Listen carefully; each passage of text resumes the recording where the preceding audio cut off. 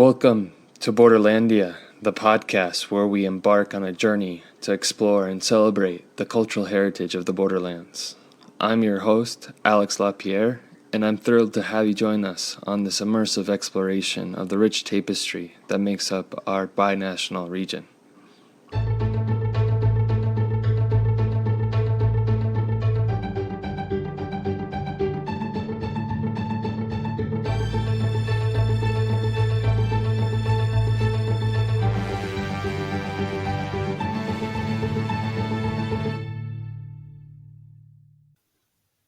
Hello everyone, this is Alex LaPierre. I am the co-founder of Borderlandia, a binational organization committed to building public understanding of the Borderlands. And today's episode of the podcast, Borderlandia Podcast, we have a special guest, Jack Williams of the Center for Spanish Colonial Archaeology. And today's topic, we'll be talking about kind of a little known or lesser known subject in kind of the history of the Southwest, particularly of the Spanish colonial era. And we'll be talking about the massacre at the Yuma crossing. Jack, welcome. What's the first thing that comes to your mind when you hear about the phrase massacre at the Yuma crossing? Well, it was certainly a massacre from the point of view of the Spaniards. From the point of view of the Quechans, the Yuma-speaking people, it was, of course, a great military victory. So it all depends on one's perspective. But there's no doubt that the creation of two mission Pueblo colonies along Colorado River in 1780 both ended in disaster. And that was followed by a series of military engagements that went on for about 3 or 4 years, popularly known as the Quechan War. And the Spaniards would return again in the 1820s. They were, by that point, independent Mexico, but there was another attempt to take control of the Yuma crossing, but it was basically called off because of a Yaqui uprising. And so it was only during that brief moment of 1780s that the roadway was clear and that there was a real supply line connection between Alta California and Sonora. Okay, so that was really the heart at the founding of these kind of mission Pueblo settlements was the strategic geographic setting of Yuma. Yes, and there are a number of reasons for that. And I sent you some maps that show some of the strategic significance of things. The basic reality was that north of Yuma, it was extremely difficult to cross the Colorado River. And south of Yuma, there was a huge, vast marshland that went all the way from where near the international border is today, all the way down to the mouth of the Colorado River. So there was this one narrow area that you could effectively transport across to get across the Colorado River. Now, the two crossings that were important, the one was at La Purísima Concepcion, and that's where the freeway and the railroad goes today even. The second crossing was to the north of there, about 10 miles, at a place called San Pedro y San Pablo. And it was important because the river broke into three channels at that point. And there were vados which are river crossings that connected the what is today the Arizona side with the California side. So it was another place you could easily get across. So the Spaniards were extremely aware of the strategic importance of the place. And making it more complicated was the existence of vast sand dunes that basically were found close to Yuma on the California side in particular, that made it essential to control the Yuma crossing if you were going to reliably bring people and resources through there. And in the mind of the Comandante General, Theodore de Queur, his goal pretty clearly was to link the Presidio chain in California up to the Presidio chain in Sonora. So the idea would be that you might go from Altar or Tucson to the Yuma crossing, where there'd be a Presidio outpost, and then you could go travel on to San Diego. So that was the strategic importance. Now, this whole plan was going pretty well in the wake of the first Anza expedition, which had, of course, led to the opening of this route. But the thing that was unforeseen was the American Revolution. And because of the American Revolutionary War, Spain joined on the side of the United States in that war. And there was an order that went out to all the military commands to stop offensive operations and to concentrate on raising whatever funds they could to contribute to the main war effort against Great Britain. And so they nearly called off the plan to build a military outpost in Yuma. And then Father Garces, who was a famous explorer, Franciscan priest, he basically persuaded Tiro de Qua that he should reconsider and came up with a scheme which Croix ultimately thought was a good one, which was to combine the functions of La Purísima Concepción and San Pedro y San Pablo of being a kind of military outpost town and being a mission at the same time. He also believed, at Garces' suggestion, that the Indians should not be brought together to live under tight-knit Spanish control in a reducción. So the Indians were going to continue to live largely in their own villages, and they were supposed to be receiving spiritual and other kinds of instructions from the Spaniards, but they were fairly independent compared to other mission frontier regions. So that was the plan. And of course, less than a year after they set this thing into motion, and after the large numbers of colonists had passed through the Yuma crossing, there was this explosive uprising. And in that subsequent events, the two colonies were destroyed. And then for a period up to about 1784, the Spanish tried to field armies that would go in and recapture the sites and get started again. But it turned out to be too big of a challenge at such a great distance from other resources. And of course, the real figure that was behind making those places work was Garces, and Garces was dead.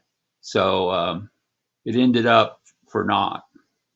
And because of the failure to secure the Yuma crossing, it really meant that California, for all intents and purposes, remained an island cut off from the rest of the frontier.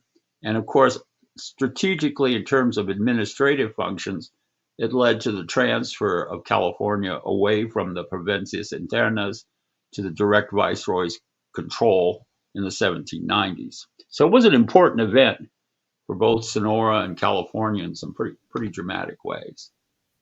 So what you described as really is a really interesting thing to bring up in regards to basically the idea being kind of modified as a result of Spain's entrance into the American Revolution, so that they kind of lowered their budget for what they initially wanted as a kind of a full-fledged presidio. Am I understanding that correctly?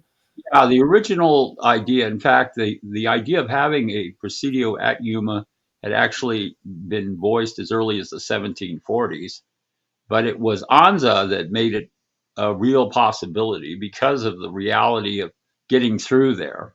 And he had great diplomatic success with what the Spaniards thought was the head political leader of the region, a man named Salvador Palma, who had gone with Anza to Mexico City and been baptized there. And the Spanish thought this guy had relationship with the Quechans people being like a king, really, which was not an accurate picture. Palma did not have that much control over the people. And what would almost certainly set off the war was the large number of livestock that had been brought through on the way to the founding of the Pueblo of Los Angeles and Mission Ventura.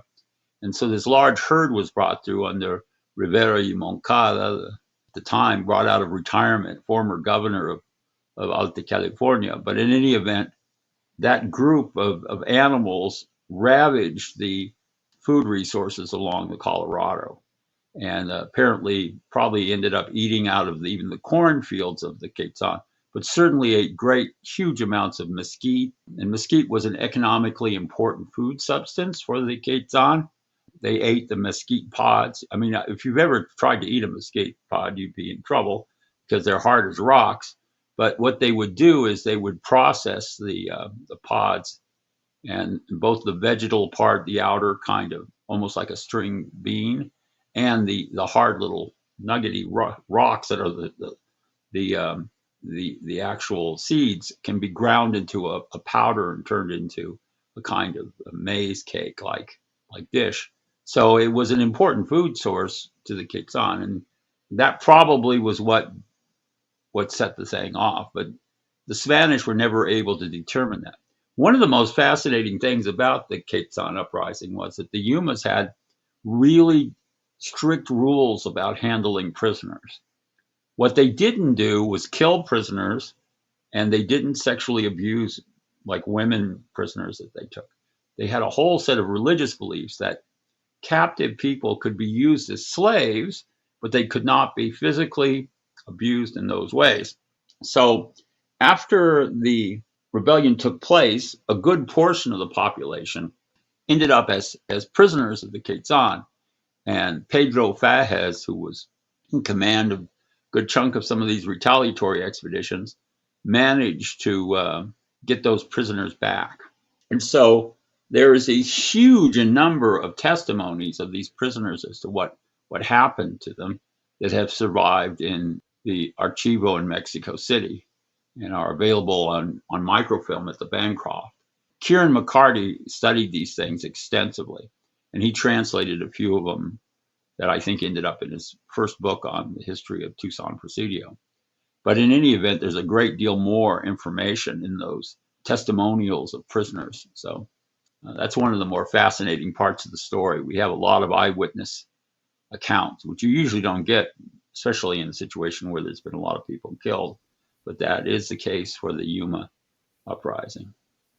Yes, I am familiar with Kieran McCartney's Desert documentary, in which there does appear the testimony of really what he identifies as one of the few woman kind of voices to come out of the historical record in northern New Spain, and she was the wife of the commander there at Yuma that had been slain, Islas, and she basically is telling the story of the martyrdom of Garces and the connection that he had with chocolate. I guess he was encountered hiding, and he was having his morning chocolate, and they asked him to come out to be basically battered in the head. He said that he would finish his chocolate beforehand. Kieran had a lot of great stories about Garces. I worked with Garces papers in the Rama de Provincias Internas, some of them. And it was interesting. You could see a point in his life when he had a stroke. His writing really got messed up by that when he was serving on the Santa Cruz River. I think maybe at Tumcacori. But in any event, I saw that. And then, of course, Kieran actually, well, he came as close to meeting Garces as anyone can these days. He discovered, I believe it was in Querétaro, in a monastery there, a Franciscan house, they had ended up with the remains of Father Garces, which very comfortably fit, he said, in a shoebox sized container. And he was telling the story of Garces to the Franciscans there, and they said, "Hey, we got that guy. You should see him. He's down in the basement." And in a lot of Franciscan houses, that's what they did. And when a brother passes away, they took them down into what's like a basement crypt and in a coffin, and then just let the body deteriorate to the point where it's bones, and then remove the bones and usually mark them and stuck them on the shelf. So I've seen that in various parts of Latin America. So I knew what Kieran was talking about right away. But anyways, Kieran was such a jovial guy, let me tell you. You know, he told his stories about Garces, including that chocolate story, to me more than once. And he always did it with the look of a leprechaun in his eyes. He would smile and laugh a little bit. And I think that says a lot about who Garces was. I mean, I suspect that Garces was widely accused of going native by the other Franciscans. So there was a sense that he kind of gone over the hill and was just a little bit too friendly with the local Indian people and not aloof enough, which remains one of those interesting aspects of these missionaries as individuals. You know, they did have individual personalities and they took different approaches.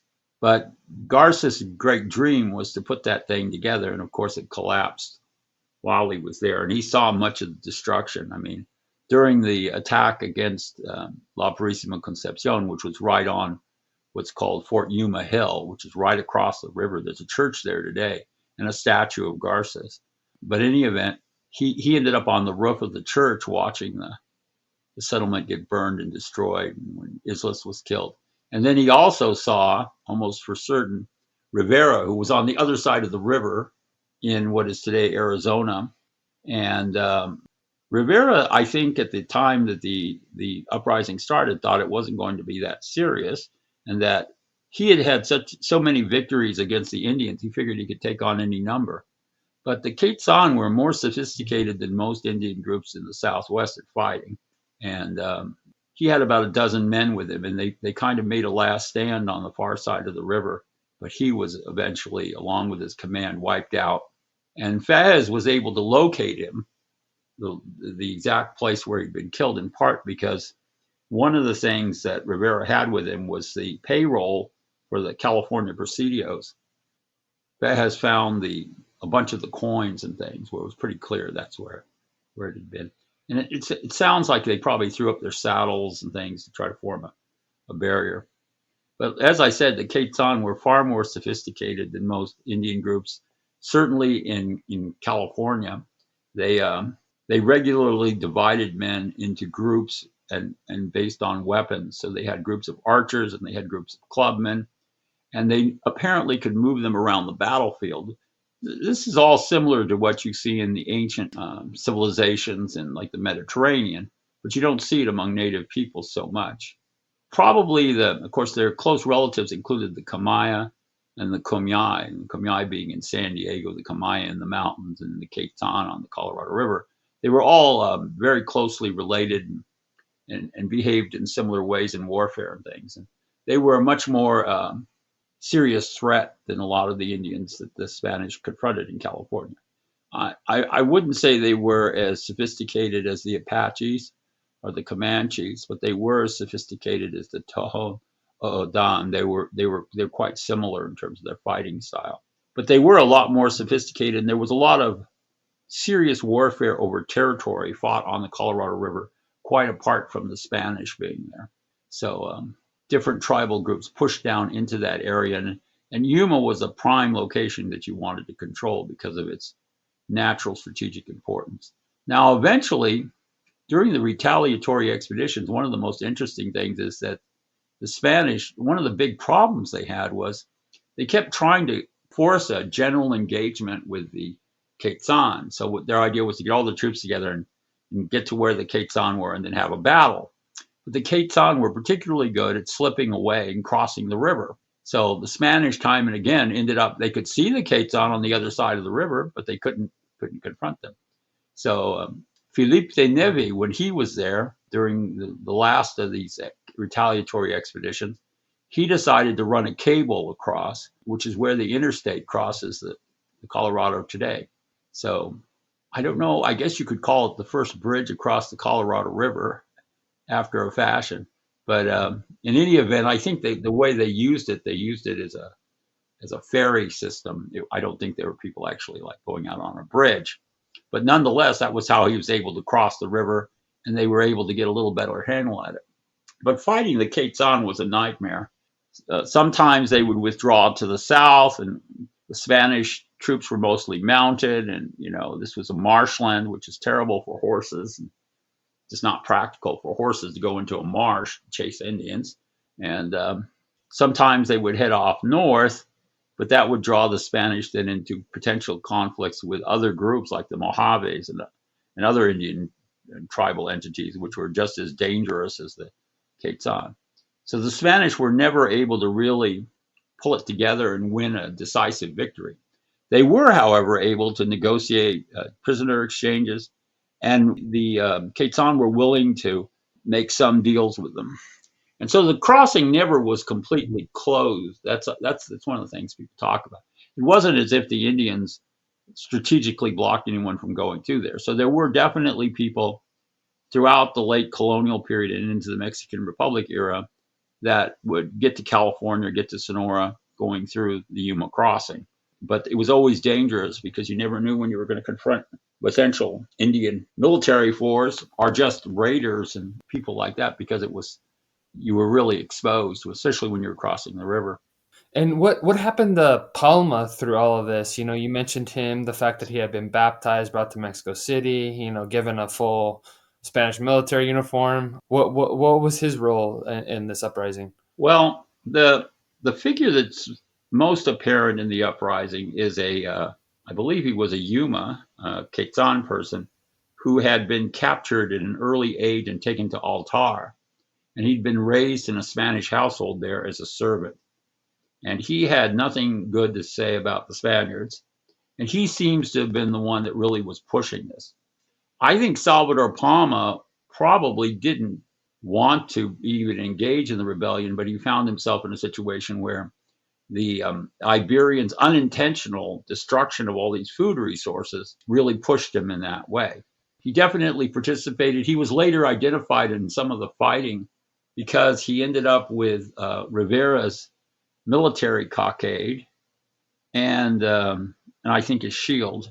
So he was recognized, but then after the 1783 or so, he's never heard of again.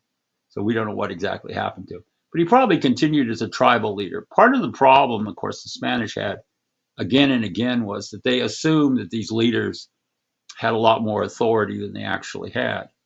And the Quetzan, the Kamai, and the Komai are also notoriously democratic. So it could well be that it was really out of his control. But in any event, he seems to have survived the war.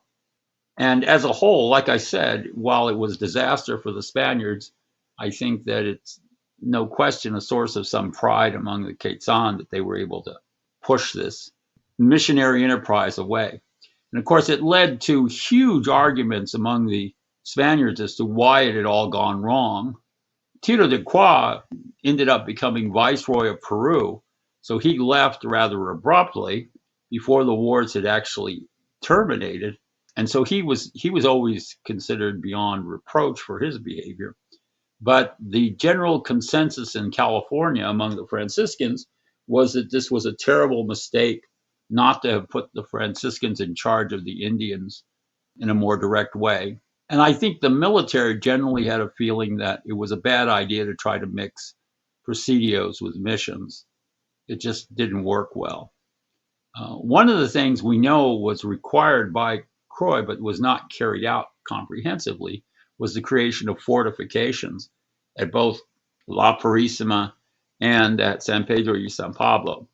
There's no evidence of any fortifications at La Purísima. Now, the story of San Pedro y San Pablo is fascinating in part because it was mismarked on a colonial map as being south of La Purísima Concepcion at a place that was probably called the San Pablo Crossing, which was at Pilot Knob, which would make it literally on the border of the United States and Mexico today.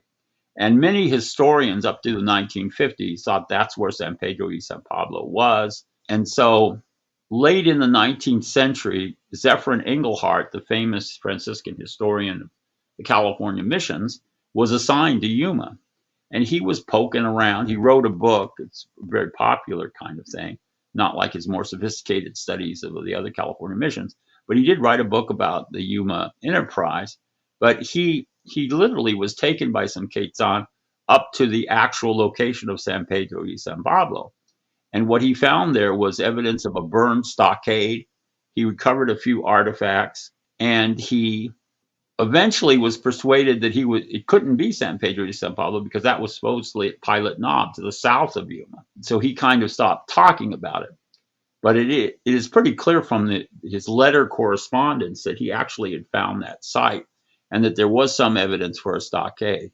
One of the amazing things that recovered, one of the Franciscans at Santa Barbara, a guy named Timothy Arthur, came to me once, and he was in charge of some of the things that various Franciscans kind of had left at the mission over the years. And he had what was pretty clearly a clasp, probably from a book. It could have been a hymnal or prayer book or something. And he showed it to me. He said, "Do you know what this is?" And I said, "Well," I started talking about it. He said, "Yeah, because Engelhardt found this." at this place up the river near Yuma. And then I realized it probably was one of the very few things we have from San Pedro y San Pablo. Now, of course, the river has changed, so it no longer has the fords where it used to be. But it's pretty well known that the location is at a place called Pothole Cemetery. And it was still pretty intact into the second decade of the 20th century when they built the All American Canal during the time of the Mexican Revolution. When they built it, it unfortunately went right through the site. And as a result, there's about 3.5 meters of gravel and rock on top of the Pothole Cemetery and whatever was left of San Pedro y San Pablo. But I've been to the site. It's close to a marker. There is a local marker. But one of the reasons why there hasn't been more archaeology and things is that both of the sites are basically on tribal land. So the Winter Haven Quechan Reservation occupies the main site of La Purísima. Now, searching on that hill a number of times, I think I found in all my visits there one piece of tin enameled ware of Maiolica, just one piece. But then, people were only there in the occupation for about a year, so it's not surprising there wasn't tons of stuff, to be found. But I think if you were determined, you would find more there. One of the things that Heitzelman, when they came before they built Fort Yuma, he found the ruins at La Purísima Concepcion, and he dug up the footings to reuse them in the buildings he constructed at Fort Yuma. So we have a pretty good understanding of where all that stuff was. There's not a whole lot there today interpreting it. And so was Fort Yuma basically built on top of the site as well, or adjacent? The Heinzelman's Fort Yuma? Yeah, Heitzelman's fort is built on, it's really down the ridge a little bit. It looks like La Purísima Concepcion was literally where there's a church that the Franciscans built in the early 20th century. I think it's called St. Thomas Indian School. But in any event, there's a statue of Garces there. And that is probably the location which was the center. And it was probably a pretty informal settlement. It sounds like there were 10 or 12 buildings there. There was a chapel and a church. We know that Garces spent much of the uprising on top of that church. And of course, he escaped from Yuma. Some of the local Quechan people tried to save him, and he was eventually encountered and gotten. The only other settlements that existed in the area was about halfway between San Pedro y San Pablo and La Purísima Concepcion was a place that was called La Capilla, which was some sort of little chapel. But it was in the flats in the low country, and no traces of it have survived at all. Both La Purísima Concepcion and San Pedro y San Pablo were built on little bluffs, And of course, the one at La Purísima isn't that little; it's pretty glaring. And the final stand of Rivera y Moncada, you say that you've also visited that site where it's suspected he made that final stand? Yeah, I was pretty lucky one time. Mark Santiago, who's an author who wrote about I think his book's the Yuma Massacre. He was a park ranger at that time that worked at Yuma. And I went and visited him once, and he took me around and showed me places that he thought things had happened. And most of them, it seemed to me, were pretty strongly identifiable. And I don't think there's much doubt that Rivera died on the bluff directly opposite La Purísima Concepcion. I think from a military point of view, he retreated up there, and he felt quite secure that he could survive there. Of course, his big mistake was assuming that the Quechan would behave like other Indians he'd confronted in battle. Most of the Indians he'd confronted, he'd fought in California, to where almost all his Indian fighting had taken place. And most of the California groups waged warfare in a kind of skirmishing kind of way, where a group of their most important warriors would kind of come out and shoot arrows and throw javelins at the Spaniards. And of course, many of the Indian groups we're talking about, even the Chumash, who had a fairly sophisticated material culture, didn't have shields and weren't very astute in the use of weapons. And of course, this was terribly different from the Quechan. They understood, I think, most of the principles that would have put them on a pretty equal footing to the Spaniards. They had even already started using horses by that point, even before Anza reached Yuma. In fact, he's greeted by Indians on horseback. So the Indians are starting to use horses in warfare, and these dense bodies of club wielding, shield armed Indians would have been pretty lethal. So I think he was quite surprised at how determined the Indians were. And by the time he'd figured out these Indians weren't like the other Indians he fought, it was too late to escape. Now he could have. What would have been logical was he could have taken his command and headed for the hills, because he watched them destroy La Purísima Concepcion the day before.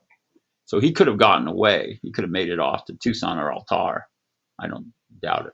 And eventually there were people that got to both San Diego and to Tucson and to Altar with stories about what had happened. One of the most eerie stories is the San Diego group that went out to see what was going on, which was, I don't know, a body of a dozen men. They approached La Purísima Concepcion, and the Quechan left them alone. And when they got into the settlement, one of the things the Quechan did was they decided not to bury any of the Iberian dead. So the settlement was full of dead bodies that were pretty badly decayed at that point. But you get this image of coming into this ghost-like place with all these dead bodies all around. And then once the Spanish had encountered that, the Quechan attacked. And so there was a running battle across a good chunk of the Southern California desert as those guys escaped in the direction of San Diego. So it's quite a story. In fact, it's a shame that there isn't more of the story told in Yuma or in any museum, because it's kind of fallen through the cracks. You would think there would be more there than a bronze statue, but that's about all there is that statue of Father Garces. And I think most people that see it don't even know what it's about. And of course, the St. Thomas Indian School is a 20th century construction. It's not a historic building. But some of the footings of La Purísima are probably still in use there among the buildings of the Fort Yuma complex on that adjacent hill. And the Heinzelman account, is there any other details that he mentions besides the foundations that are worth noting? I think he noted the size, which they were kind of typical sized, 3 or 4 meters at most, structures. And my bet, and they also appear to have been forked pole constructions. I think that's mentioned in one of the documents, horcanaria, which is a way of holding up the roof, which would probably have been a thatched roof or an azotea flat earthen roof, and it's basically held up by upright poles that are embedded in adobe bricks. So, and we know that they had footings because the footings are mentioned as part of Heintzelman, digging them out and using them. And of course, at the time Heintzelman was there was very limited knowledge about artifacts and things, so they wouldn't have known a Spanish object if they encountered it. But it was I don't think there's much doubt that it was a relatively superficial occupation. They weren't there that long. They didn't have that much time to create trash features and things. But I don't doubt, too, that if you actually went there and looked hard enough, you would find a lot more than's been recovered so far. I'm not sure the Quechan would ever want you to do that, but they might. They have a big casino there now. It's probably what it's more famous for, is the casino, than anything else. And so, what was the idea for the settlement to be supplied by sea or by land? Kind of its unique position there. Well, it was entirely going to be self-sufficient, was the idea, and so of course, Croix was at this point very much involved with a struggle with Junipero Serra over the control of the missions. And what Croix wanted to do was to take all the control of what were called the temporalities, that is to say, the daily life of the Indian communities, and take that away from the Franciscans, so that the Franciscans would only have been in charge of spiritual instructions. Otherwise, the military would work with the Indians in their villages, and they would largely establish commercial relations. So the idea was that they would have trading posts. So this was actually carried out to a very limited extent in Santa Barbara. And Santa Barbara Mission was founded, much to the dismay of Junipero Serra. So this is kind of what Croix had on his agenda. And so I think he went along with Garces in setting the settlement up, in part because he thought it might be a place that he could move on to this, what he saw as a military reform. Of course, what Croix had in mind was transitioning the missions frontier into something that was more akin to the commercial relationships that the Spaniards had in the Mississippi Valley. Because remember, as of 1763, all of what was French Louisiana had basically become a Spanish possession. And so the Spanish were more and more aware of those kind of commercial based trading post styles of interaction. And you can really see it in some places, like at Nootka up in British Columbia, where the Spanish established an outpost. There was no mission there. There was no attempt even to missionize the Indian people there. It was basically a commercial enterprise and a Spanish garrison. So I think that Croix would have been quite happy to have seen that. But the Franciscans then will use the argument that the Yuma crossing was a disaster because putting the soldiers in charge and putting civilians in charge was a doomed policy. And I think they were able to keep that argument going all the way up into the 20th century. I mean, Englehart's still making the same argument in his books that the disaster should be blamed on Tiro de Croix. But I must say that in the juntas de guerra that were held in Mexico City by the viceroy, and in all the papers relating to Croix that I've seen, he was never blamed for it as a disaster or any even unfortunate situation. He was really kind of applauded as a genius in organizing the frontier, and his attempts to reform the presidio system and everything were viewed in very positive terms. And of course, that was really the key to his success as becoming a viceroy in Peru. He was an interesting man. He, of course, part of the Croix clan, which included the Marqués de Croix, Matthias, who was viceroy at the time California was founded, and was very close to the Galvez clique at the court. And of course, he was, I guess you could call him a foreigner in as much as he was Flemish. He was a flamenco, quite literally. So he was Flemish and spoke French, which would have meant, I think, it probably was not a bit of a distraction with so many people in California being Catalan, who have also a great affinity to the French language and culture, including Junipero Serra. You know, Serra, growing up, did not speak Spanish much. He spoke Catalan. And he surrounded himself with Franciscans, mostly on his staff, that were Catalan.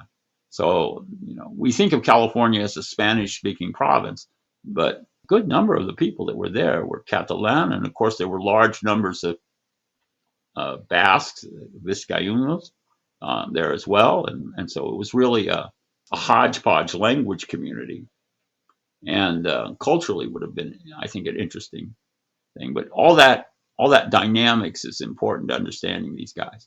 Now, one of the most wonderful things that have survived from that period is the private papers and diaries of the chaplain of the Provincias Internas, a certain Father Murphy, aka Father Morphy.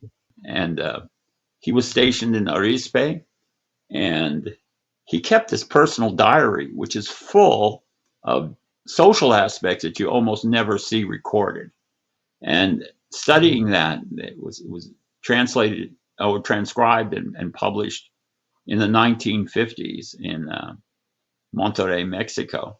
It's really interesting because at one point it was going to be published in translation by the University of Oklahoma Press, but for whatever reason that didn't happen. But it is one of the most marvelous collections of all kinds of rumors and gossip about the frontier that I've ever seen. I mean, and one of the people that stands up in this, of course, is Tiro de Croix.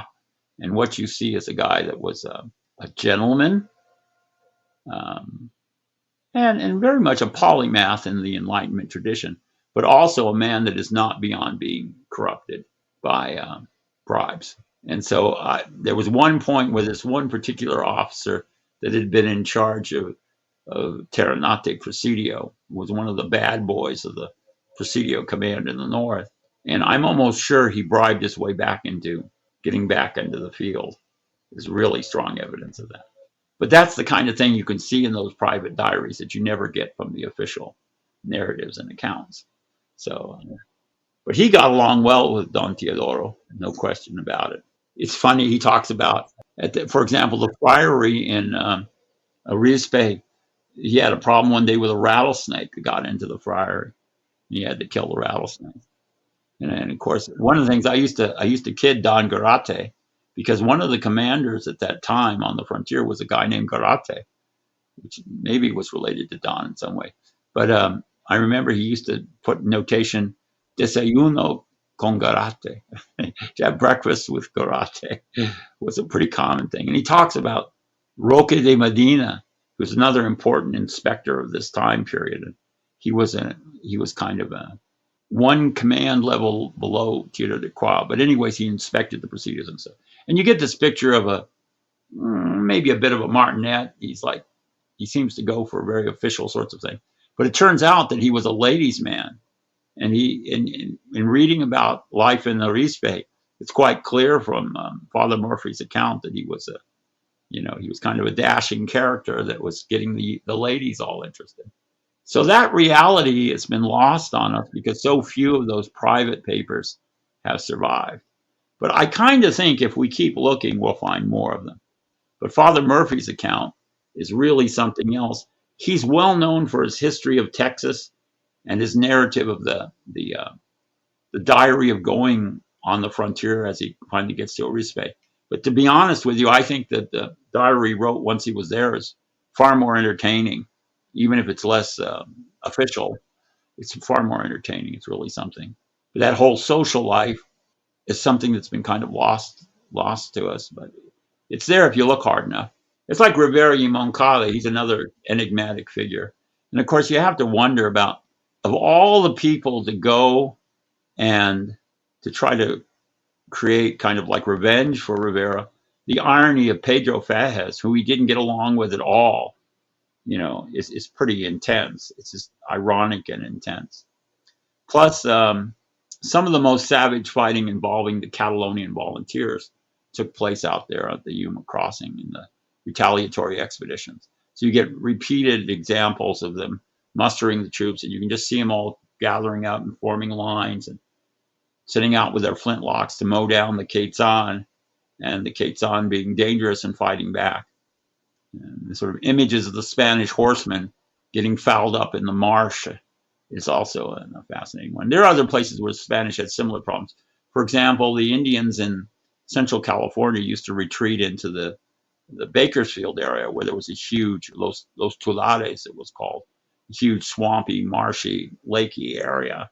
And for the same reason, it was really hard for the mounted Iberian troops to go in after them.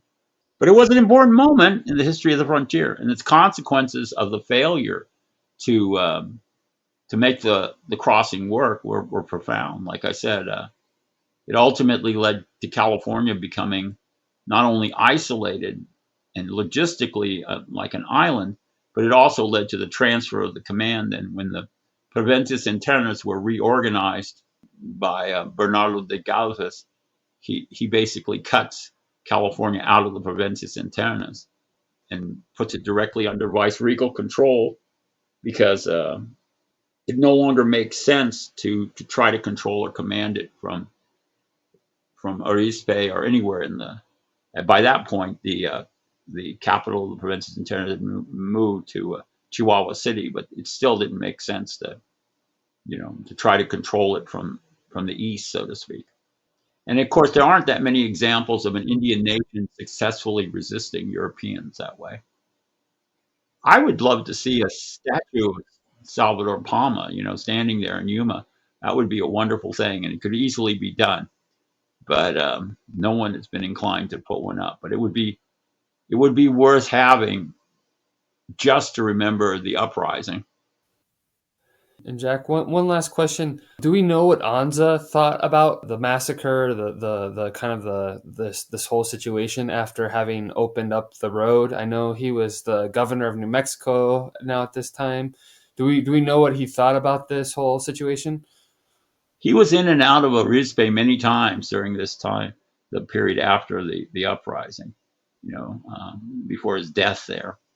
And I've never read anything that was specifically about it.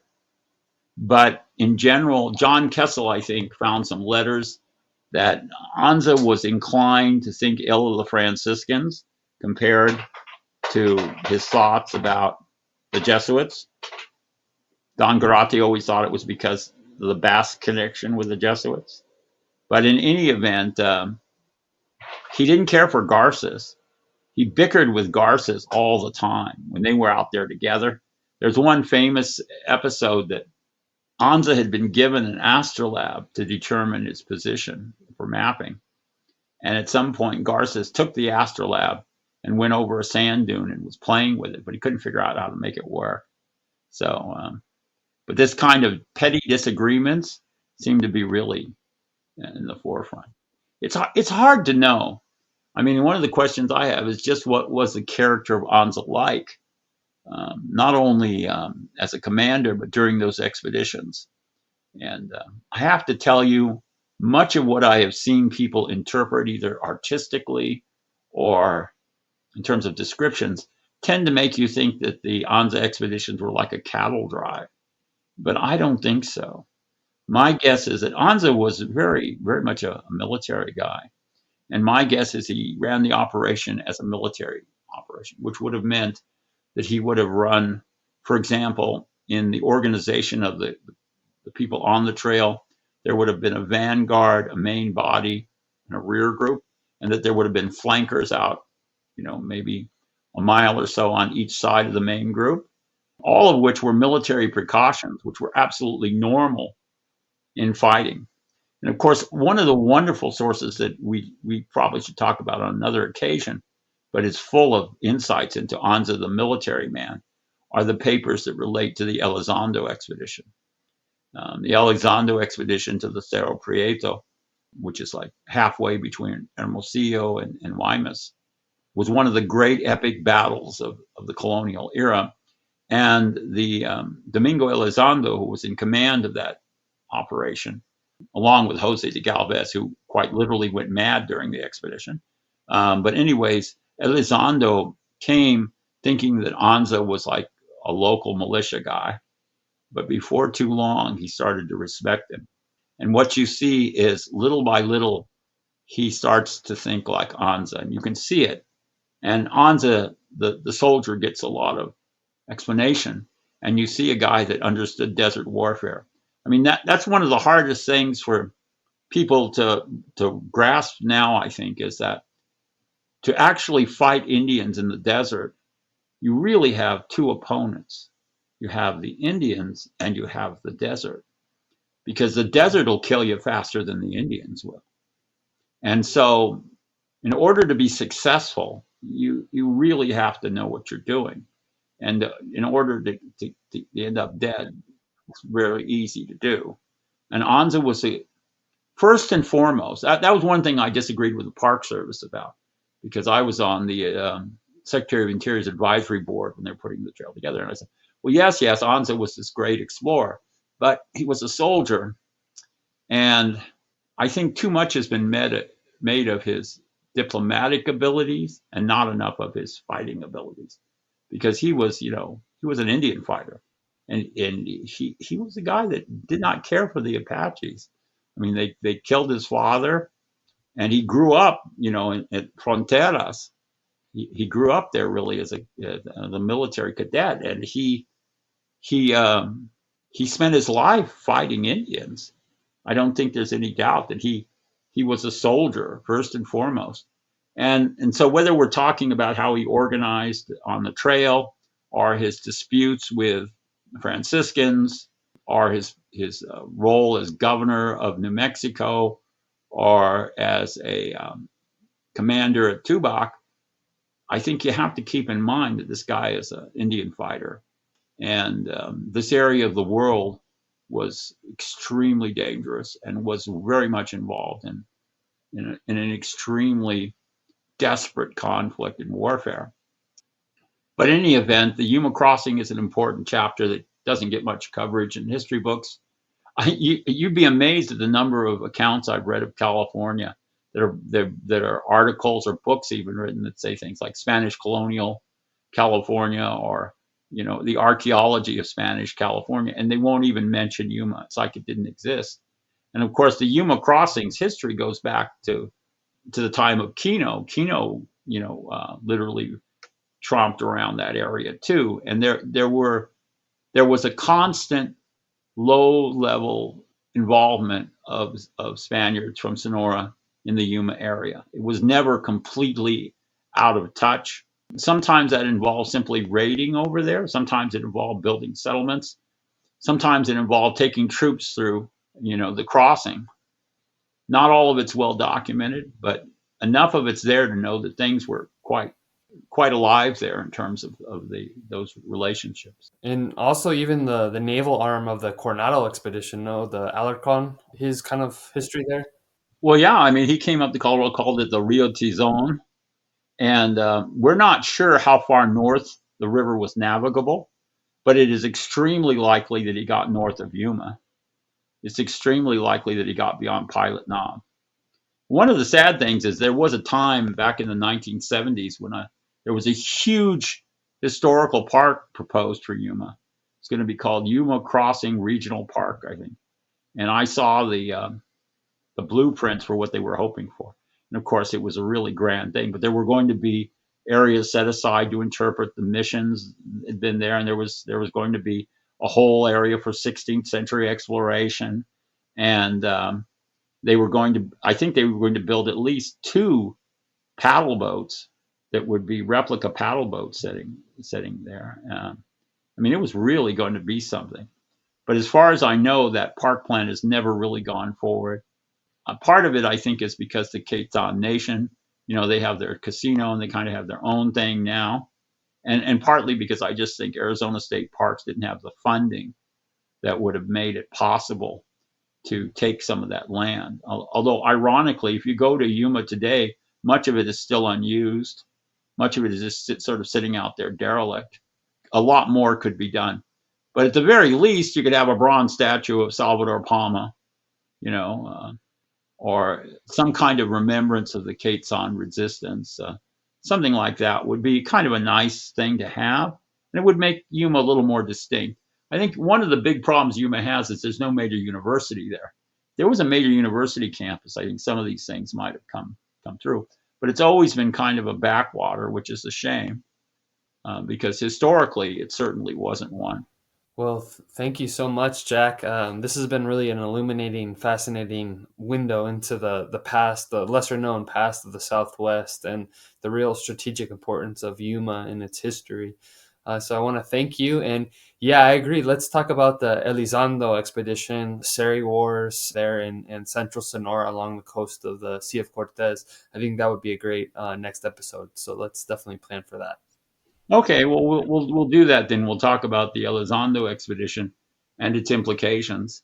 Because over the years, that was another, that was what Kieran's dissertation was about, that time period. So he was the one that turned me on to a lot of the documents.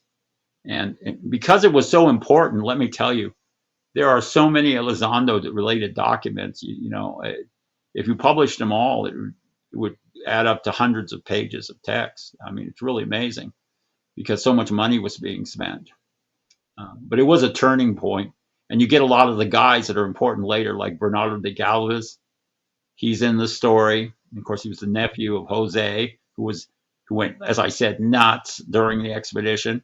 And then, of course, you've got Gaspar de Portola, who I became convinced, basically from Kieran, that he was such a jerk that Elizondo made him governor of California just to get rid of him. Just to get rid of him. And there's a lot of evidence, by the way, that Portola was a jerk.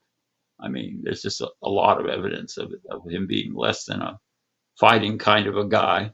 But in any event, that human part of the story isn't well known, and the fighting part of the story is fabulous too, in terms of just these epic battles and campaigning all over the place.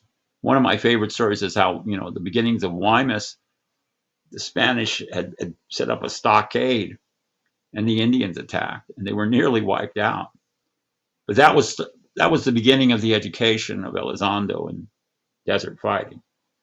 But, and of course, the truth of the matter is that the campaign didn't really succeed. Nobody wanted to say that. So in 1769, they declared victory and went home. That's how the campaign ended more than anything else. But having said that, at least they didn't all end up dead like they did at Yuma. So Elizondo deserves some credit for that. But so much of important events in Sonoran history took place during that campaign. It was another turning point. Well, we'll look forward to kind of jumping from this turning point to that turning point in the next episode. We want to thank you again and thank our listeners. We're right at a 1 hour mark, and I really appreciate this really amazing capsule you just provided us with, Jack. So thank you very much. Well, my pleasure. Thank you.